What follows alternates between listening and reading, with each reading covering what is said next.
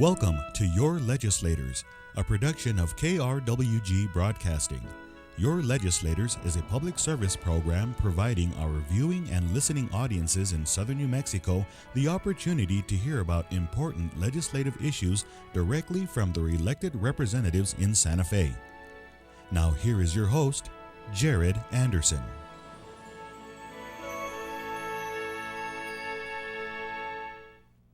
Welcome to Your Legislators, also being broadcast on KRWG 90.7 FM Las Cruces.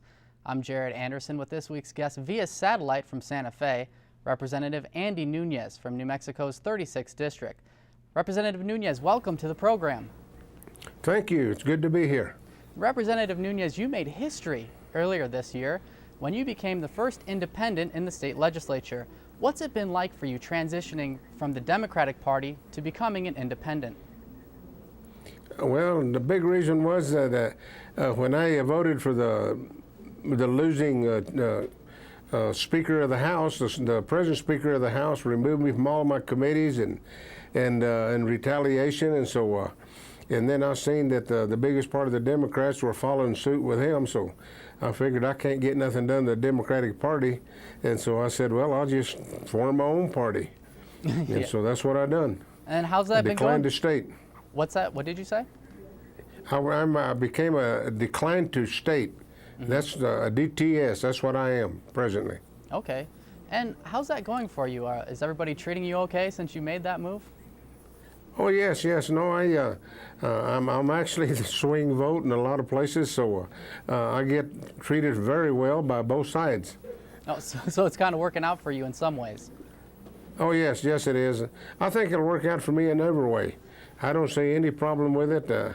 I don't have to submit to anything that either one of the caucuses have to say. I have my own caucus, and so I can do what Andy Nunez is always wanting to do, and I haven't changed my philosophy at all. I just changed that I don't follow suit for anybody. And what is your philosophy? My philosophy is that I do what the constituents ask me to do, and not just what the party wants. Party politics isn't the best thing for the country or for the state. And I figure I don't only represent District 36, I represent Doña Ana County and the state of New Mexico. So what I think is best for my constituents is also good, or what's good for Albuquerque is probably going to be good for Doña Ana County. And so I look at this thing as a state as a whole. Mm-hmm. And now you were right at the heart of some controversy in this legislative session when you introduced a bill that would stop giving driver's license to illegal immigrants. Why did you introduce this bill? Why did I introduce this bill? The reason I introduced this bill is because, I don't know whether everyone knows it, but I'm the Mayor Pro Tem of Hatch also. In this past year, we have a driver's license and contract officer in Hatch, in the village of Hatch, and we was having some of these folks come in by the carloads from all over and wanted to get driver's license in Hatch because we do have a good officer, but it was so bad that our lady wasn't trained to review all these supposedly legal documents. So we would not let her accept these, and they just kept coming in, and I seen it was a big problem, and I'd heard about it, problems elsewhere, where you read where the Russian, some people from Poland and elsewhere were coming in. So I just took it upon myself to have a bill drafted back last November, and that was before the governor had even won or had come out with all of that. So I started this, and some folks try to bring it in as that it's a political thing, and it's not. It never has been, and so I'm pretty committed. And I figured, and the more I got into it, the more I thought I better continue and get it done. And now this bill did pass the House, and then the Senate had some different ideas. How do you feel it's going to ultimately end up? Do you think the law is going to be changed at all? What's your thoughts? Well, we're working on that right now. As a matter of fact, it's on concurrence on the House today. I hope they don't bring it up for concurrence while I'm on this program because they are on the floor right now. But we're not going to concur with the Senate. and we're going to go back and send it back to them, and hopefully we'll get into a conference committee. And if we can make some major changes to what the Senate done, then we may have a bill. But if we don't, then it's going to die, and then we'll just have to see what's going to happen later. And what would you say to the people who don't want to see this law changed? They have concerns as well. What would you say to them who really are passionate that this law does not get changed? Well, we have some, but I have gotten very few emails or letters or phone calls from people that don't want it changed. Almost everyone. I've had over 400 emails, and the people call me every day, and almost every one of them from all over the state have said that this law needs to be changed, and I firmly believe it. And one of the things is, that what the Senate sent over, it said that they could renew these licenses every 2 years. If you're an illegal, you're illegal, and that's my philosophy. And but they said they could change their driver's license every 2 years. Well, I'm 75, and I have to change mine every year. Mm-hmm. And so, the Senate is giving illegals more privileges than they do me. Mm-hmm. Well, and you mentioned earlier you are from Hatch, the chili capital of the world, and I wanted to talk about another bill you introduced. And this bill would punish grocery stores and others who falsely claim to sell New Mexico chilies. What do you feel this bill would accomplish if it becomes law? Well, we hope that it'll prevent some of these folks that are going all over and selling New Mexico chili from doing that. As a matter of fact, that bill I've got it on the floor this afternoon, and to get it out, and we've already got it over in the Senate. So I think we'll have that bill out by middle of next week in both houses and have it up to the governor's office. But I do have that one. The thing is that we got some companies, those that are going and advertising that it's New Mexico chili, and it really isn't. And I don't know where they're getting the chili. It may be from Mexico, maybe from Colorado or Texas. It don't mean to say that they don't have good chili, but if they're going to sell New Mexico chili, it needs to be New Mexico chili. And can you give people an idea of some of the things that are happening? People are just kind of putting false labels, like they might write Hatch on some chili, or what are some of the things that people are doing when they mislabel these chilies? Well, they're living on the reputation of New Mexico chili. That's why they're trying to sell it and market it as New Mexico chili, and we have to take pride in the chili we produce in the state of New Mexico, and being from Hatch, I really do take pride in it, and I need to protect our chili growers in the state of New Mexico, and if we can get this going, maybe we can increase the acreage a little bit more too, because I think our chili ought to bring a premium. Mm-hmm. And can you give people an idea of how severe this problem is? I mean, how rampant is this? Well, I'm not going to mention any name, but there's one big multinational company that is going out and selling it all over, and this is one of the ones that we need to control. But we have a lot of street vendors that go to Colorado. They drive through New Mexico with chili from Mexico, and they say it's New Mexico chili because it drove through New Mexico, mm-hmm. and sell it in Colorado and Texas and everywhere else. Okay, and so, keeping on the subject of chili, what are some of the biggest challenges you feel the chili industry faces here in New Mexico? Well, one of the ones is it's labor. The farm labor situation, we have to depend on labor contractors to bring these legal immigrants over from El Paso or Columbus to come and pick the chili, and because the farmers can't afford to be hiring illegals, even though some of them say if you don't give them driver's license, you're going to have the illegals can't pick chili. Well, if a farmer or anybody hires an illegal, it's a $10,000 fine. And, when they fill out that form, it says they have to have 3 different types of verification that they're in here legally. And if they don't have that, then they can get up to a $10,000 fine. And I don't think our farmers or anybody else can afford to pay that. Mm-hmm. What do you think should be done? I mean, should there be a lower fine or no fine? What would you suggest? My suggestion is that we ought to go back and have the H-2A program that the immigration has. It's a little too complicated. If we straighten that out a little bit and let more guys come in over here legally, we could do that kind of like the old Bracero program. But the only trouble with the old Bracero program, I don't think it treated the immigrants very well. And I think but we can do that, like the H-2A program, which is one program they have. And I think that you'll notice in a lot of our casinos, that's who they're bringing over. They get a lot of H-2As, but they can only stay over here so long and then they go back, which is fine. But we need to get something and make it not quite so stringent where these folks can come over here and work. Mm-hmm. And let's talk a little bit. You serve on the Education Committee, and I wanted to get your opinion. Are there any bills that the committee has looked at this year that you really support and you really hope do become law this year? Yes, we've had a couple of them. Well, one of them is what the governor has wanted, and the new Secretary of Education.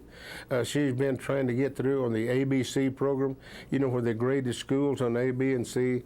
And I think that's going to be, it's a good program, and I'm going to support it. And then we also had the social promotion program that we passed out of the House. And that's another good one, to where they can't just socially promote third graders. From first to third grade, and that's one of the big ones, and I think that'll be a big help. And most of the teachers, the cabinet secretary wanted us to take it all the way to the 8th grade, but there was big battles in the committee and elsewhere that by the time they're 8th graders, you socially demote a student, then he's also going to be down with younger kids and all his other buddies, are in junior high, and most of the teachers that testified said that's harder on a student than going ahead and socially promoting them. Mm-hmm. So we cut it off at 3 years of 3rd grade. Okay. Well, let's talk a little bit about grading schools. Why do you feel this would be a good thing for New Mexico? Well, because what that does, my understanding, the way the bill, we haven't got it over in our committee yet, but I've been reading a lot about it because the cabinet secretary brings it up and the Senate's already sent it over. What this will do, it'll allow some of these schools, my understanding is that if there's some things in there to compensate those that are moving up, say from a C to a B, and helping them that aren't there, giving them more help so they can get up to the A type. And so there's a lot of incentives in there to improve. And I think that's what they're going to do. And my understanding, it's going to be a good program. We're going to pause for 1 second, and I want to let people know who are listening on the radio that you're listening to KRWG 90.7 FM Las Cruces. The show is Your Legislators, and with us this week is Representative Andy Nunez from New Mexico's 36th District. And we were just talking a little bit about education. And I wanted to also ask you, where do you stand on the issue of, how do you feel about finding an agreement on school funding? What are some of the things that are going to be challenging this year in getting an agreement on school funding? We've had a lot of bills brought up on how we're going to fund schools, and the big thing it seems like, and I don't know why we haven't gotten it done. Now, this is my first year on the Education Committee, but they keep talking about the funding formula. It needs changing, not only for K through 12, but also for higher ed. And but we form these task forces to look at it and this thing, but we're not getting anywhere. And I think if if it's not going to work, they need to one task force or another should get this thing worked out to where they could get the proper money into the school systems. And we've had some bills. One bill died yesterday, whereby they get some money from the Land Grant Permanent Fund to fund schools, but failed by a 34 to 34 vote. And so I don't know what we're going to do. It may be brought back up again, because there were a couple of members missing when we voted. And so it may come back up again. But there's a lot of different methods that they're trying to use to fund. And one of them that failed also was to try to put most of the health insurance premiums on the employee instead of the employer to try to balance the budget. And that also failed. I think we haven't got the bill back, the budget back from the Senate. And I'm anxious to see what the Senate does with it. And as time starts to kind of slip away here at the end of the legislative session, are you kind of starting to get a little bit nervous about how education funding is going to come out? I mean, it's kind of crunch time. It is, but I think that the funding that we sent over to the to appropriations, which they cut some, and I think some of it may be restored in the Senate, and I think it's going to be all right. You know, we're in this together, you know, and we got a budget problem, funding problem, so I think that the whole state's going to have to kind of kick in a little bit if we're going to survive. And I think it's going to come out okay. And the crunch time is here, but some way or another, we get it done every year. And I had a bill out, and I got out at 2 o'clock this morning on a bill, and some of them didn't get out till 3:30 in the same committee. And so we'll get it done. It may be all night, you know, but so you're working no, on. it'll be over here. So you're not working on much sleep today, then, are you?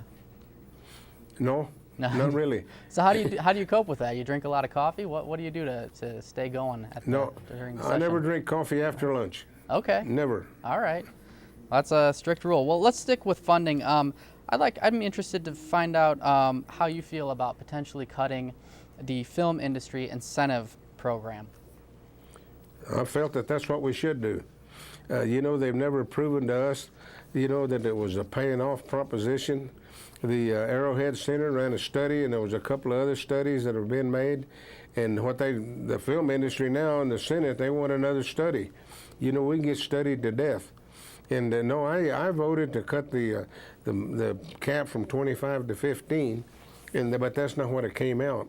But we did set a cap on it to 45 million instead of the 65 that they wanted. And so I think that's a pretty good compromise, and I think that what we came out with it'll show us whether the film industry is really serious and willing to stay in New Mexico, but we just can't afford. You know, we've gone anywhere up to $90 million of money that we've paid the movie industry to be here, and a lot of that is to the big movie stars, and they don't even live here, stay here, they're gone.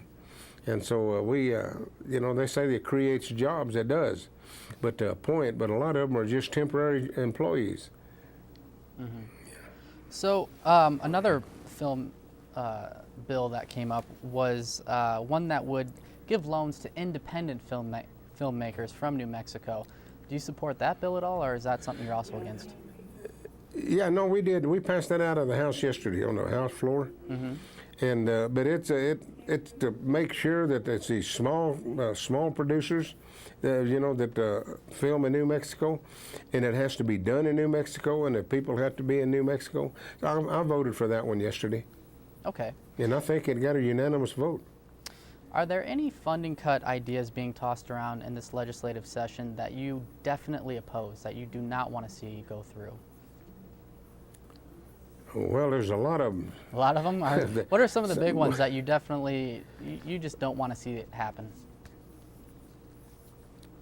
Well, right off the top of my head, I can't, you know, pinpoint any one of them that comes in there that they're asking for a lot of money, mm-hmm. and a lot of more regulations on the industry and that, and I can't stand that. I think, you know, we over-regulated.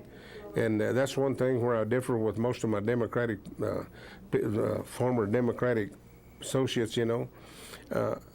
I'm pro-business, and I think the more things that we put in the way of business working in New Mexico, the worse off we are. And so we've had a couple of those that's come over that I have voted against, and they never made it out of committee.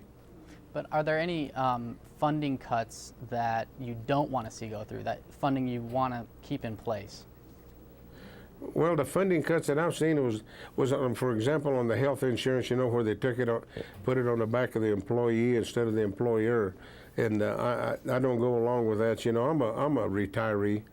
And so I don't like to see, and then they try to cut some of the benefits to retirees and the PERA and the ERA, and I'm against that. We need to find a way to keep that funding that, but not on the back of the employees, I mean. And you also serve on the Transportation and Public Works Committee. Are there any bills or items that you've looked at in that committee that this year that you'd like to share with people you feel are important? Well, the big thing that we had all of the different districts come in and make presentation to us how much money they needed, and we did pass a resolution allowing them to bond up to $150 million for road work, and that I support. You know, because we go out and we sell these bonds and then they can use that for work. But we had some there about changing the way the taxes, you know, right now we pay 17 cents a gallon in New Mexico. And they tried to put one on there where it's a percentage of the price of the gasoline. And but that's pretty complicated, and I voted against that one. I would rather see if we need to raise some more money by gasoline, to raise it 2 cents. That would raise a lot of money, and it would still put us below Texas and some of the others. And, you know, we don't pay anything on gasoline, federal or state tax. 17 cents a gallon. Here we are almost at $4, and we get 17 cents. Who gets the rest of it? And so that's one bill. But the one thing that gets me in the transportation, I think we've already had 10 different bills for license plates. We're going to have so many different license plates in New Mexico, you won't know where you're from. And, you think they're trying to mix it up a little bit too much with the plates? Oh yeah, I think we've got 38 now. 38? You think that's enough? Well, I think that's too many. Yeah. Yeah, we passed some laws on some that have been on the books for 3 or 4 years, and they haven't ever made a plate. Mm-hmm. So why are we bringing all these bills up to us? You know, we got a lot of other things to do. Yeah, you think it's kind of a, you know, your time could be better used with, you know, looking at other things? Yeah, you bet, definitely. Yeah, we have some and see the law, the way we put the law in is that if they don't sell so many of those plates to pay for the cost of the state coming up with the plate, that they won't produce them. And so we've got some that's been on 4 or 5 years, and they haven't sold a plate one. Wow. Well, let's see. You've been a representative since 2001, and I'm interested to hear what got you interested in running for representative. Well, yeah, I don't know whether you knew it or not, but I lobbied for New Mexico State University and for New Mexico Farm and Livestock Bureau, and so I knew I was up here for 10 years with those two agencies lobbying for them. And then when I was up here, I seen what my representative that I had at the time, and I said, I need to do something because I can't have that guy representing me. And so, and then I was ready to retire from New Mexico State anyway, and so I just ran against him, and here I am. Mm-hmm. And how anxious are you about getting a balanced budget before the session ends? Do you think it's going to happen, or is it a real possibility that a special session could be called? No, I think we'll have that done. I think it'll get done before the week's out. Yeah, well, not this week, but before next week. I keep forgetting we're almost just a week away from ending this thing. No, but the Senate will get it over, and then we'll have to approve it. And I was glad to get the bill over to the Senate because I have more faith in Senator John Arthur Smith than I do some of our people in appropriations. Mm-hmm. So you're feeling very confident at this time that it's going to happen. Yes, definitely.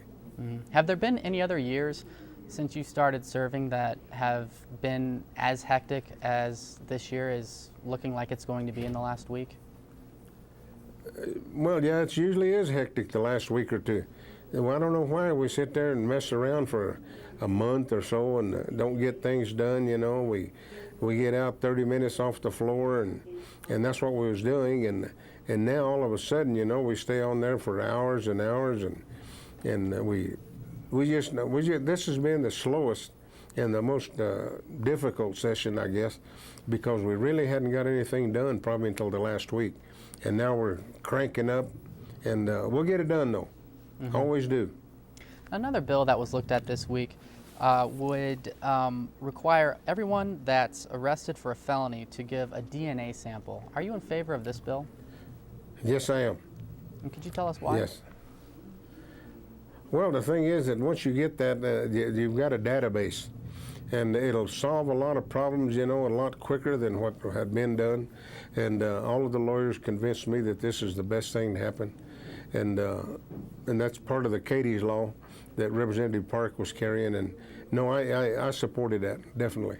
Mm-hmm. And I guess before we wrap up, I've got to ask you, red or green? I eat them both, but I like red. You like red? Red's your favorite? Yeah, well, I love all chili, but red I like. Mm-hmm. And in Hatch, of course, they're known for some of their really good restaurants. What are some of your favorite restaurants in Hatch? Oh, the Pepper Pot, of course, and then the B&E Burrito. It's for Mexican food, but then you got Sparky's there for barbecue, and if you like barbecue, that's as good as you find any place. Mm-hmm. And well, I'd like to thank you for being with us today. I appreciate your time. Once again, for those listening on the radio, you've been listening to Your Legislators, which is KRWG 90.7 FM Las Cruces. And Representative Andy Nunez, again, thanks a lot for being here. I appreciate it. Well, I thank you for asking, and hopefully we'll see you next week or so. All right, thanks a lot. Thank you. Your Legislators is a production of KRWG Broadcasting. Copyright New Mexico State University Board of Regents.